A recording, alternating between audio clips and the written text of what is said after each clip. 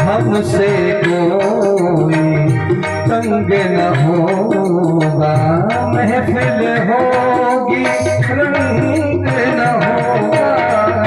हमसे कोई तंग न होगा,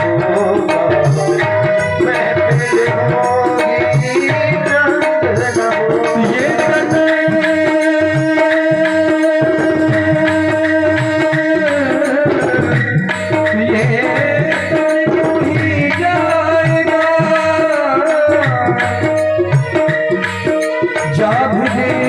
रंग न होगा। नारायण गोपाल भज क्यों जाते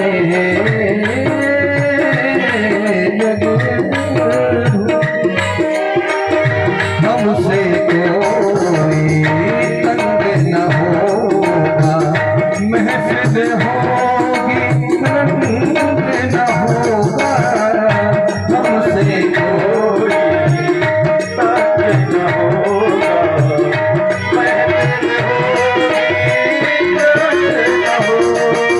हो गंगा के तट धो करके, गंगा के तट धो करके, हो गंगा के तट धो करके, गंगा के तट धो करके, गंगा के तट धो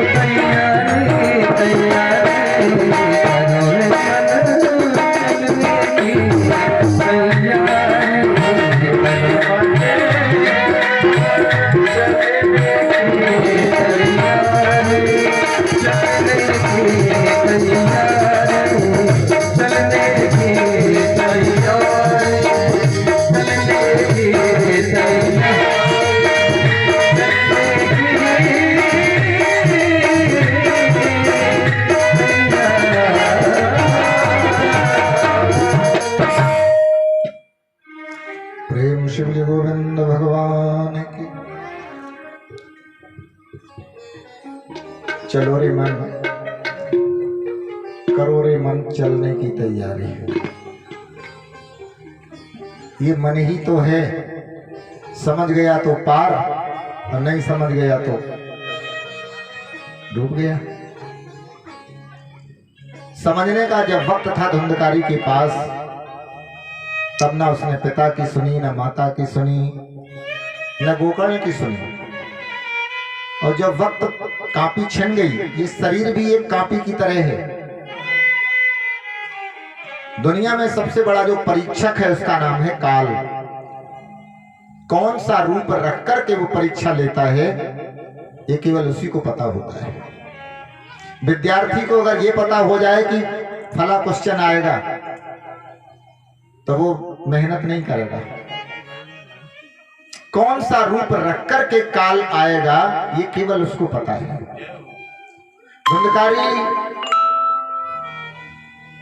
जो ज्ञान जीवित में नहीं ले सका, आज मरने की बात क्या हुआ, जिस समय वहां भयानक प्रेत हो गया। अब प्रेत का मतलब क्या है, जैसे आपने देखा होगा किसी की ड्यूटी लगा दी जाए तो ये प्रेतात्माओं का जो मालिक है वो धर्मराज है। एक पीपल के पेड़ पर ड्यूटी लग गई है, मन नहीं लग रहा है। गोकर्ण जी तपस्या करने के बाद 12 वर्ष के बाद आए हैं अपने घर में। पिताजी तो तपस्या करने के लिए वन चले गए। गोकर्ण क्षेत्र पड़ता है लखीमपुर खीरी जिले में, गोला गोकर्ण नाथ के नाम से प्रसिद्ध है। वहां पर गोकर्ण जी ने 12 वर्ष तपस्या की है, सिद्धियां प्राप्त हो गई। आज 12 वर्ष के बाद में अपनी जन्मभूमि की तरफ लौट रहे हैं। जैसे आज अपनी जन्मभूमि में आए, पिताजी तो है नहीं, घर गिर गया, लेकिन फिर भी जन्मभूमि से इतना अनुराग है कि वहां ही रुक गए। रात्रि में शयन करने जा रहे हैं, उसी समय ये धुंधकारी बड़ा भयानक रूप दिखाता है। कहीं मेढ़ा, कहीं बकरा, कहीं भैंसा, अनेकों रूप दिखा दिखा करके और डरावनी आवाज में बोलता है।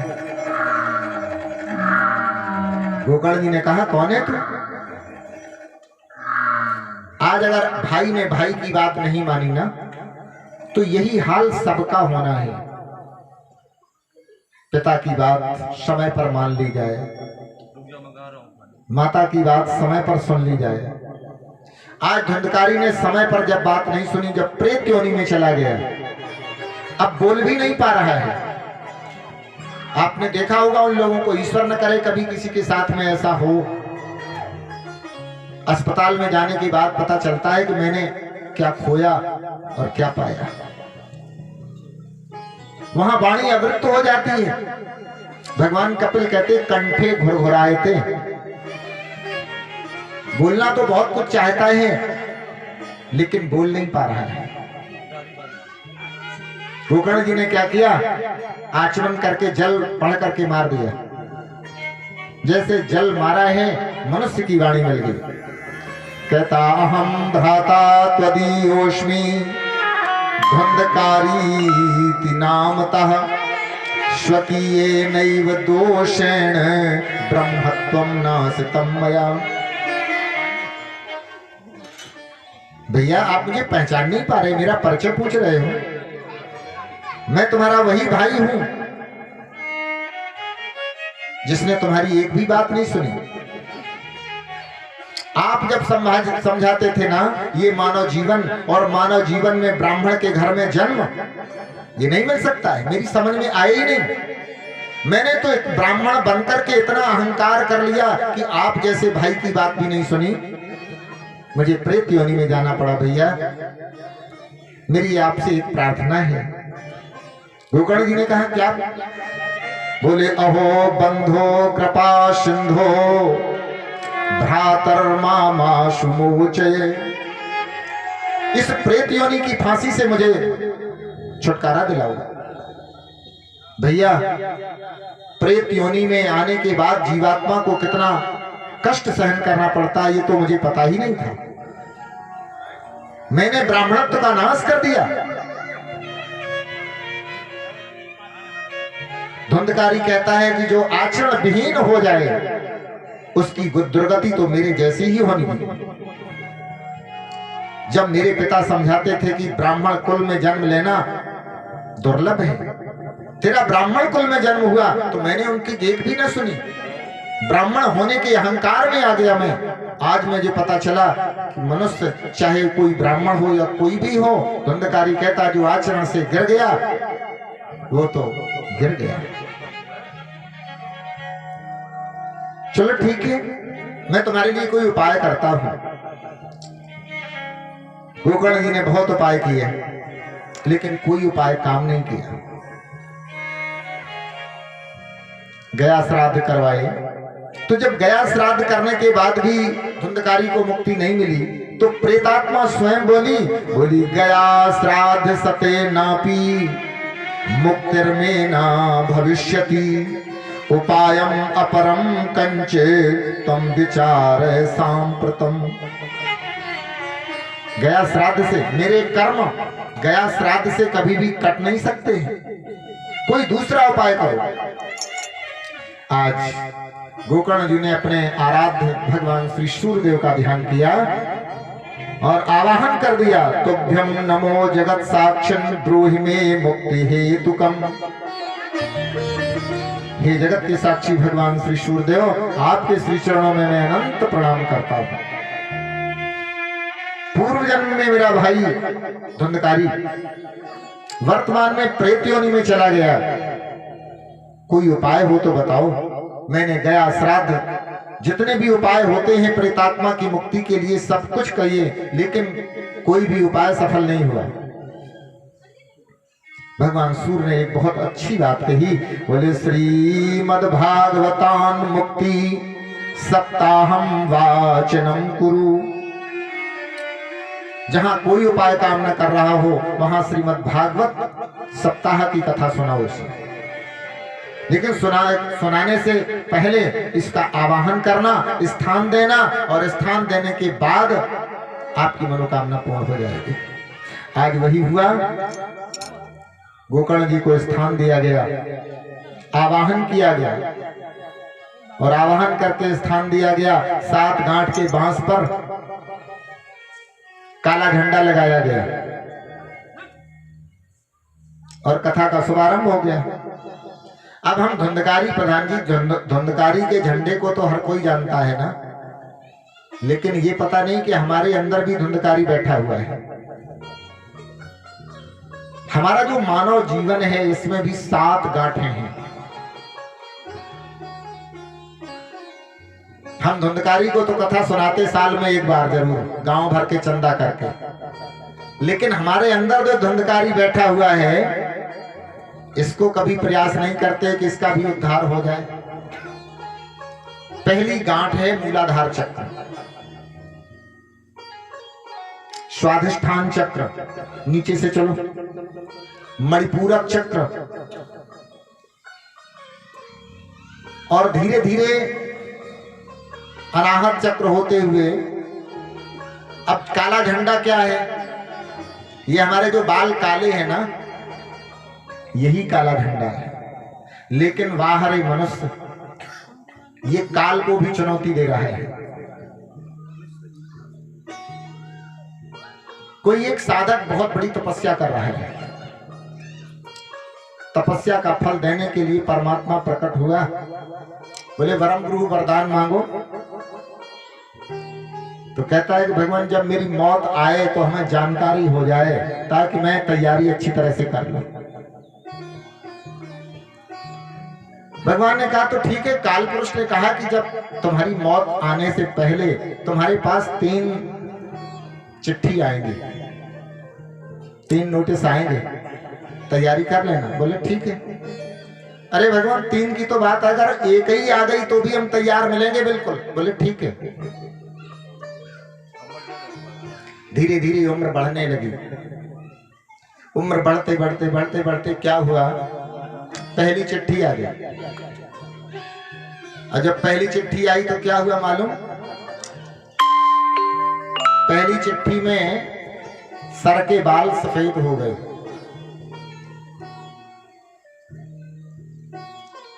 सफेद हो गए तो हम लोग क्या करते हैं, सबको मालूम है। ये हम काल पुरुष को धोखा नहीं दे रहे हैं, अपने आप को धोखा दे रहे हैं। परमात्मा की व्यवस्था, प्रकृति की व्यवस्था और हमारी सोच, बाल सफेद हुए तो हमने काले कर लिए। पहली चिट्ठी। दूसरी चिट्ठी आई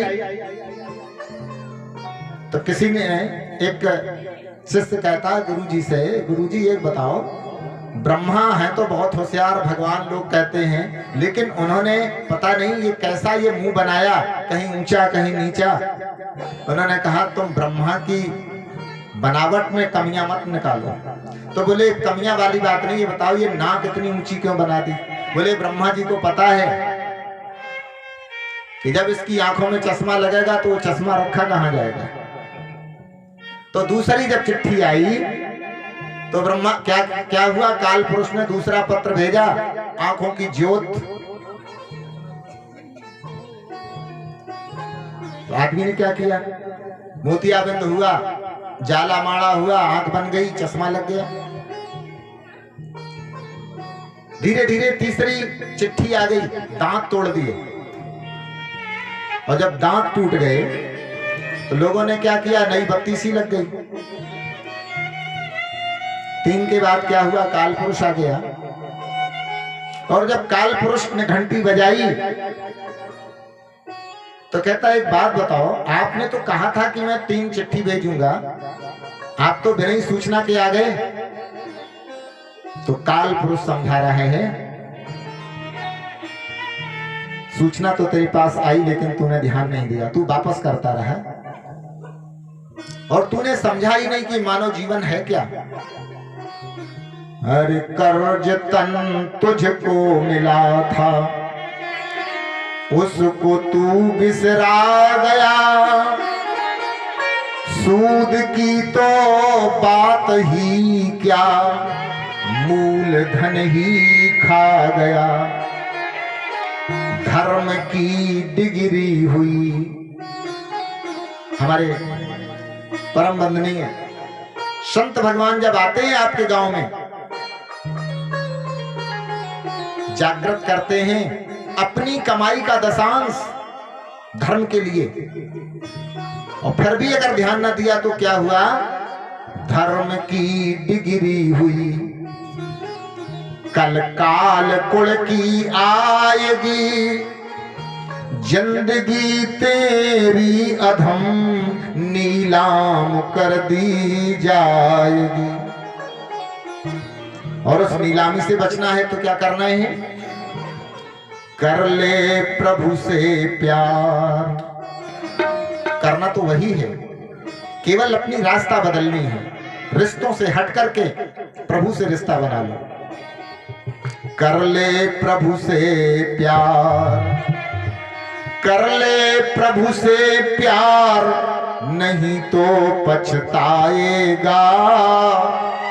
झूठा ये संसार तू धोखा खाएगा, झूठा ये संसार तू धोखा खाएगा। कर ले प्रभु से प्यार, नहीं तो पछताएगा। कर ले प्रभु से प्यार, नहीं तो पछताएगा। झूठा ये संसार तू धोखा खाएगा, झूठा ये संसार तू धोखा खाएगा।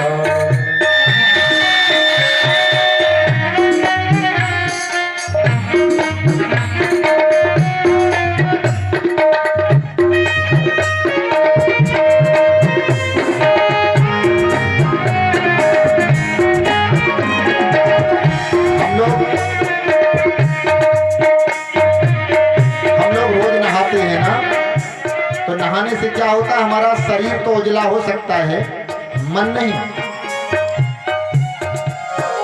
तन उजले मन के गंदे, तन उजले, सब लोग बोलो, तन उजले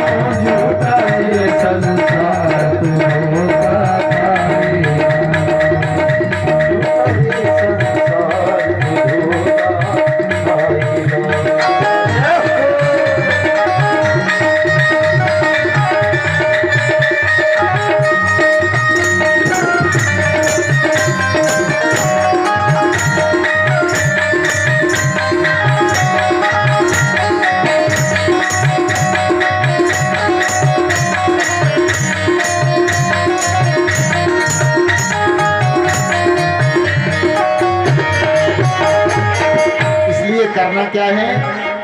मन हरि चरणों में लगा ले, मन हरि चरणों में लगा दे, ये जीवन सफल बना ले, ये जीवन सफल बना दे, ये जीवन सफल बना ले, ये जीवन सफल बना दे। ले मान मेरा ये कहना, ले मान मेरा ये कहना, ले मान मेरा ये कहना, ये मान मेरा ये कहना, दो चार दिनों यहाँ रहना, दो चार दिनों यहाँ रहना। कौन समझाएगा झूठा ये संसार धोखा खाएगा, झूठा ये संसार धोखा खाएगा।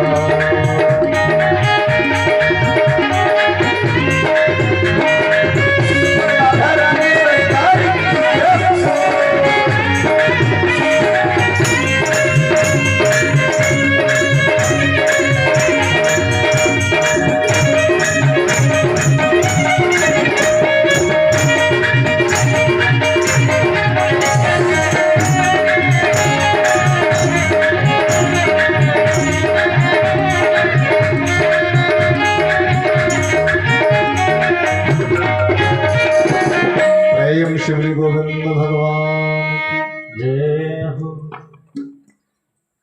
भागवत का उद्देश्य भी यही है, ये मन भगवान के श्री चरणों में लग जाए, भागवत का उद्देश्य पूरा हो गया। आज सूर्य भगवान ने उपाय बताया, गोकर्ण जी ने स्थान दिया है धुंधकारी को, कथा का शुभारंभ हुआ। एक दिन में एक गांठ, दूसरे में दूसरी, तीसरे में तीसरी, इसी तरह से क्रम से 7 दिन में 7 गांठें फटी। यानी हमारी अपान वायु उदान में प्रवेश कर जाए। अपान वायु सबसे नीचे मूलाधार चक्र में और उदान वायु सबसे ऊपर। ये दोनों जब एक हो जाएं, समझ लेना गर्भ की स्थिति क्या है। 3 नाड़ियां आयुर्वेद में बताएंगी, इड़ा, पिंगला और सुषुम्ना। इड़ा और पिंगला तो डॉक्टर नब्ज देख करके बता देते हैं। सुषुम्ना अपना कार्य नहीं कर, अपना कार्य तो करती है लेकिन अनुभव में नहीं आती है, जिसको हम गंगा, यमुना, सरस्वती के नाम से भी जानते हैं। गर्भस्थ शिशु की सुषुम्ना जागृत होती है। किसी साधक ने पूछा कि गर्भ में बच्चे को भोजन कहां से मिलता है। गर्भ के बच्चे की स्थिति और योगी जीवन की स्थिति दोनों एक जैसी होती है। जिसका सुषुम्ना जागृत हो जाए वो भूख और प्यास दोनों से ऊपर उठ जाता है। क्योंकि भागवत ये मनोरंजन का विषय नहीं है। मनोरंजन के दुनिया में बहुत साधन हैं, और जो भागवत में बैठ करके मनोरंजन करते और कराते हैं उनकी क्या गति होती है ये तो काल ही बताता है। क्योंकि ये भागवत परमहंस संहिताएं है। समाज के नियम, संसार के नियम, शूद्र, वैश्य, क्षत्रिय और ब्राह्मण, ये पहली सीढ़ी है। दूसरी सीढ़ी में क्या है? ब्रह्मचर्य, गृहस्थ, वानप्रस्थ और सन्यास। और लास्ट सीढ़ी क्या है? सन्यास के आगे जब हम चलते हैं तब भागवत के अधिकारी होते हैं। भागवत पर किसी वर्ग विशेष का अधिकार नहीं है। कुटीचक, बहुतक, हंस और परमहंस। परमहंस का मतलब जो कल आपने सुना था, सुन चयुष पाके चा पंडिता समदर्शना। देहाध्यास, देह के अंदर रहने वाला आत्मा यही जब परमात्मा के रूप में दिखने लगे, समझ लेना कि परमहंस गति मिल गई, जहां अच्छे और बुरे का भेद समाप्त हो जाए। आगे कथा आएगी। 7 दिन में 7 गांठें फटी, धुंधकारी को मुक्ति मिली है। प्रेम शिवले गोविंद भगवान की जय हो। धुंधकारी को मुक्ति मिलने के पश्चात भागवत की विधि का वर्णन किया है भगवान श्री सुखदेव जी ने।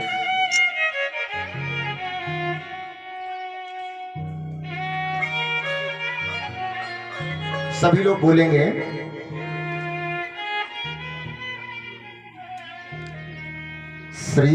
श्रीमद्भागवताख्यो अयं प्रत्यक्षा कृष्ण एव हि स्वीकृतोषि मया नाथ मुक्त्यर्थं भवसागरे। मनोरथो मदीयोऽयं सफलः सर्वथा त्वया निर्विघ्नैव कर्तव्यो दासोऽहं तव केशव। श्रीमद् भागवत ही साक्षात भगवान श्री कृष्ण हैं। हे भगवान श्री कृष्ण, मेरा प्रणाम स्वीकार करके मुझे भवसागर से मुक्त कराने की कृपा करें। और इसके लिए जो कल आपको मंत्र दिया गया था, सभी लोग बोलेंगे ओम क्लीं कृष्णाय गोविंदाय गोपीजन वल्लभाय स्वाहा। ओम क्लीं कृष्णाय गोविंदाय गोपीजन वल्लभाय स्वाहा। ओम क्लीं कृष्णाय गोविंदाय गोपीजन वल्लभाय स्वाहा। आज ये मंत्र दिया गया है भगवान चाहे परीक्षित जी हों या कोई भी परीक्षित हो, ये गोपाल मंत्र ही एक ऐसा मंत्र है। और इसमें कौन सा बीज लगा है? क्लीं बीज। कल आपने सुना था शक्ति के 3 बीज हैं और इन तीनों बीजों में ये अलग अलग गुणों के रूप में विभाजित हुए। ऐं बीज भगवान ब्रह्मा को मिला जो रजोगुण कहलाया। ह्रीं बीज माया बीज भगवान विष्णु को मिला जो सतोगुण कहलाया। क्लीं बीज भगवान शंकर को मिला जो तमोगुण कहलाया।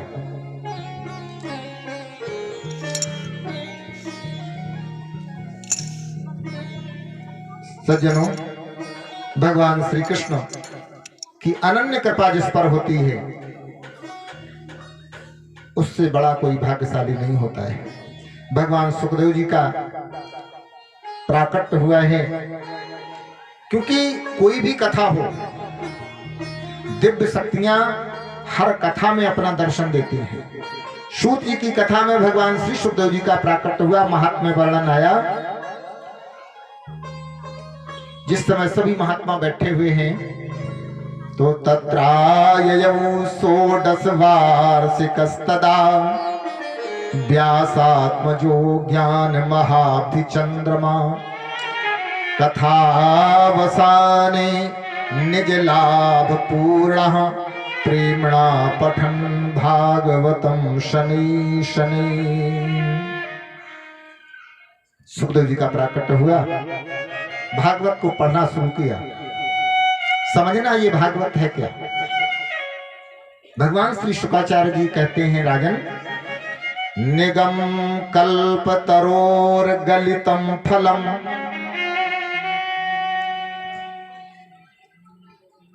निगम कहते हैं वेद को। वेद है कल्प वृक्ष। निगम कल्प तरो,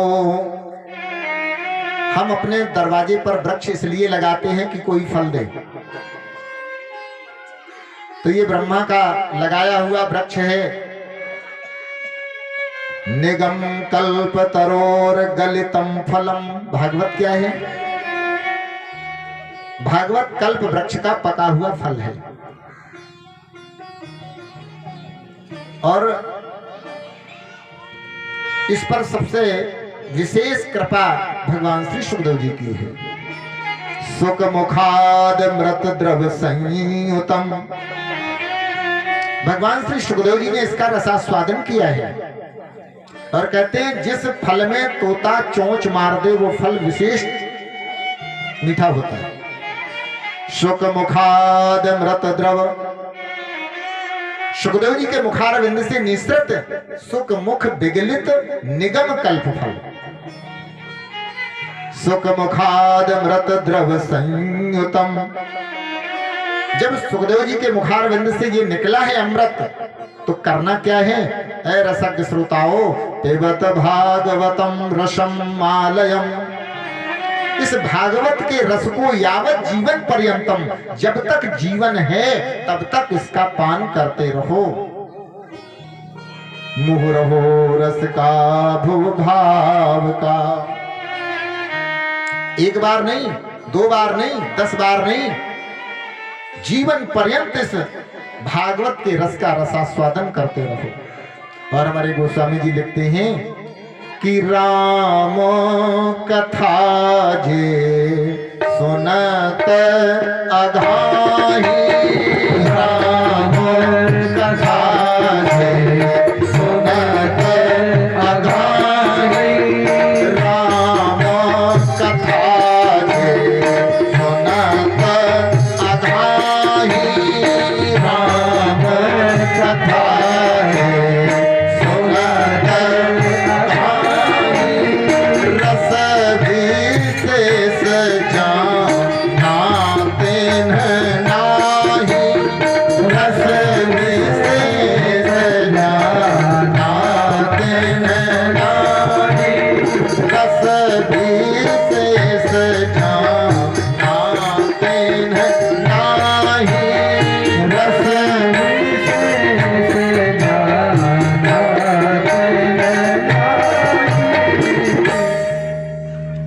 कहते हैं मैं तो रोज भागवत पढ़ता हूं, समझ लेना ये भरा हुआ है। और अष्टावक्र जी कहते हैं कि वासना एव संसारा सर्वा एव विमुंचता, वासना त्यागात संसार त्यागात स्थिर यथा तथा।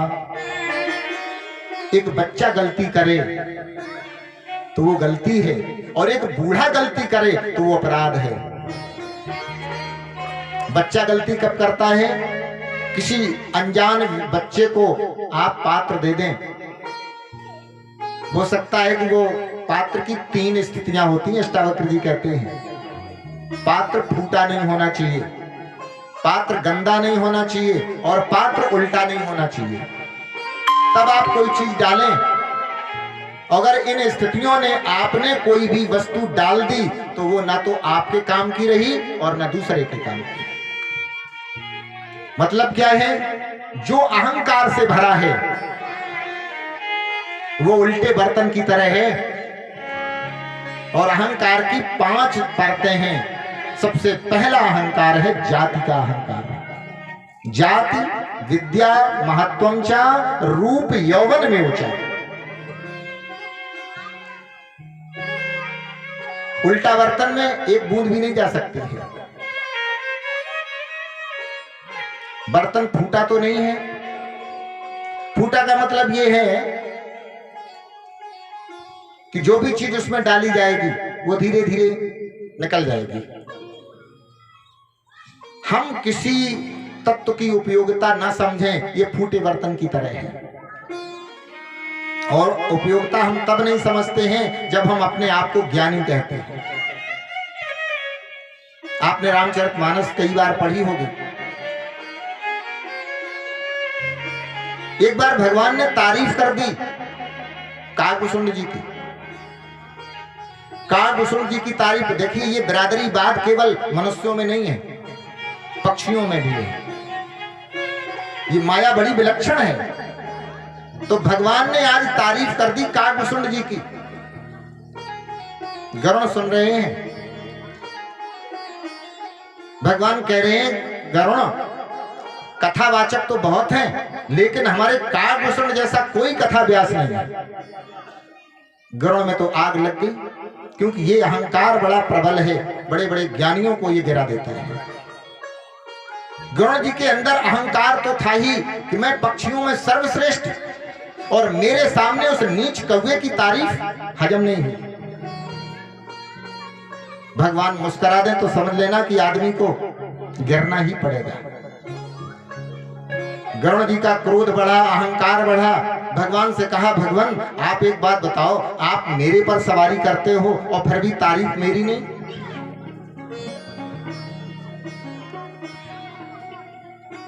भगवान नहीं बोले, बोले आपको तारीफ करनी है तो मेरी ना करो तो फिर किसी की ना करो। भगवान ने कहा तो कोई बात नहीं भाई, गलती हो गई, नहीं करेंगे तारीफ। मामला शांत हो गया। शांत होने के बाद क्या हुआ, एक बार भगवान शंकर हंस का रूप धारण करके काकभूषण जी की कथा में जा रहे हैं, और ये बात फैल गई कि भगवान शंकर जो आदि कथा व्यास हैं, भगवान शंकर से पहले कथा व्यास नहीं थे। सबसे पहले ये कथा सुनाई किसने? भगवान शंकर ने माता सती को। सती ने कथा का अनादर कर दिया, पार्वती के रूप में जन्मी। तो जब भगवान शंकर के बारे में पता चला कि काकभूषण जी की कथा भगवान शंकर सुनने गए, तो अब गरुड़ को ये लगा कि कथा में कुछ ना कुछ तो है। आज गरुड़ जी जा रहे हैं, काकभूषण जी ने देखा, क्योंकि इनके पास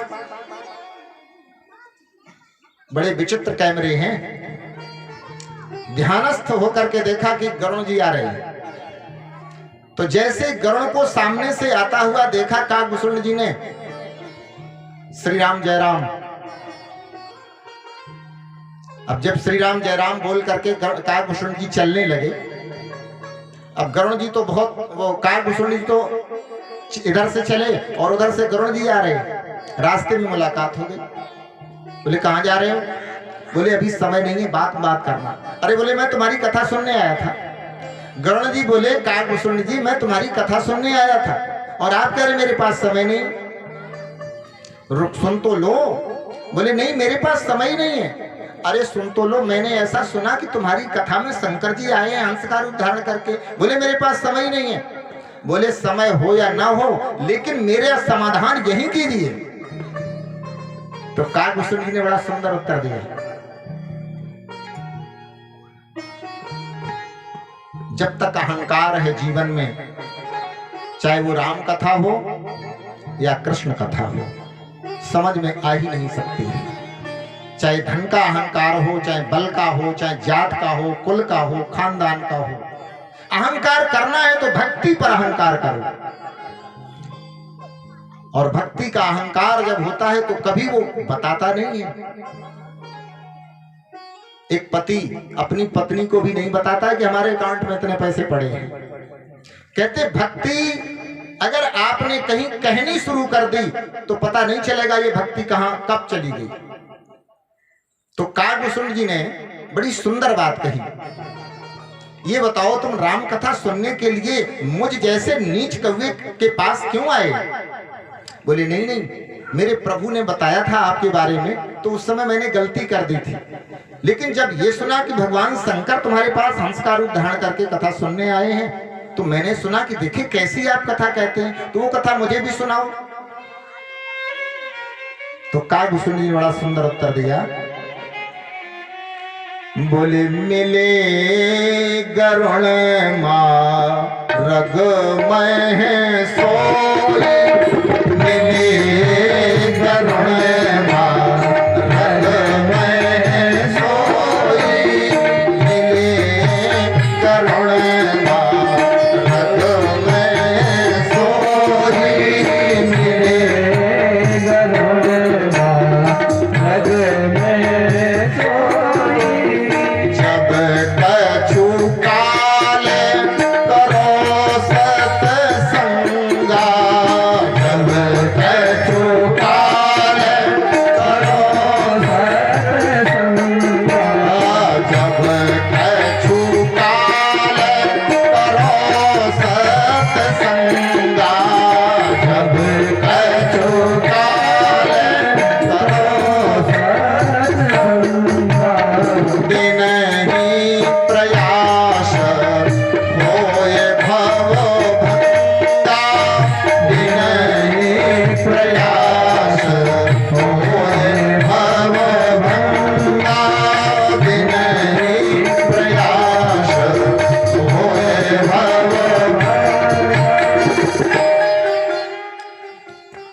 राम कथा या भागवत कथा भवसागर का विनाश करने वाली है। तो भवसागर का विनाश करने के लिए सत्संग, सत्य क्या है आप लोग सुन चुके हैं, आत्मा निर्विवाद सत्य है। कहते देहाध्यास जब तक है तब तक हम सत्य से वंचित हैं, और जब हमारे जीवन में केवल आत्मा रह जाए, कहते धर्मः प्रोक्षत कैत्रवोत्र परमो निर्मत्सराणां शतां वेद्यं वास्तवमत्र वस्तु शिवदं तापत्रयोन्मूलनम् श्रीमद्भागवते महामुनिकृते किं वा परैरीश्वरः सद्यो हृद्वरुध्यते त्रिकृतिभिः शुश्रूषभिस्तत्क्षणा। आज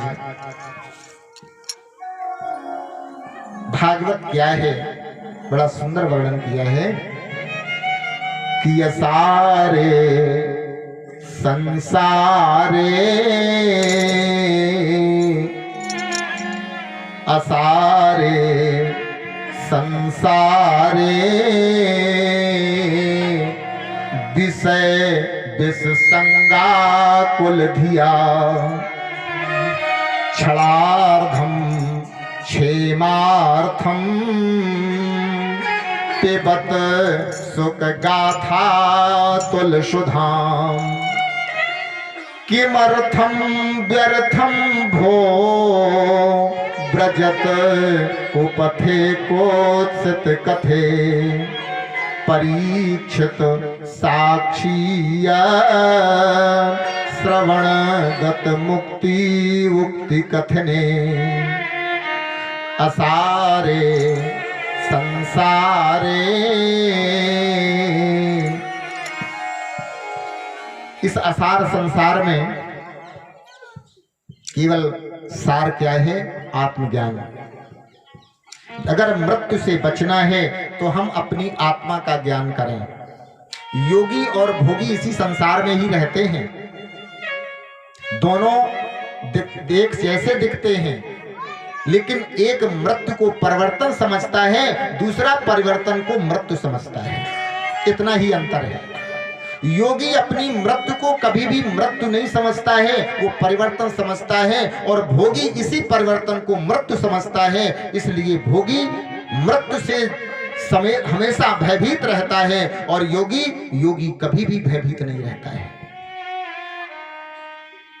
और जिसको आत्मज्ञान हो गया, जिसको भागवत का ज्ञान हो गया, भागवत क्या है, मृत्यु पर विजय दिलाने की एक कला का नाम है भागवत। परीक्षित के जीवन से हमें सीखना चाहिए। दुनिया में ऐसा कोई नहीं है जो परीक्षित ना हो। परीक्षित 7 दिन में मुक्ति पा लेते हैं, लेकिन हम लोग 7 जन्म में भी मुक्ति क्यों नहीं पा सकते हैं? क्योंकि हमने त्याग करना सीखा नहीं। सूत जी कहते हैं महात्माओं, जिसके जीवन में त्याग है वो मुक्ति का अधिकारी है। भगवान शंकर से माता पार्वती कहती, क्या है ये त्याग, क्या है ये मोक्ष, क्या है ये भक्ति? तो भगवान शंकर ने भी एक गीता लिखी है जिसका नाम है शिव गीता। शिव गीता में भगवान शंकर माता पार्वती से कहते हैं कि मोक्षस्य नहीं वासिस्ति कश्चिन ग्रामे स्थले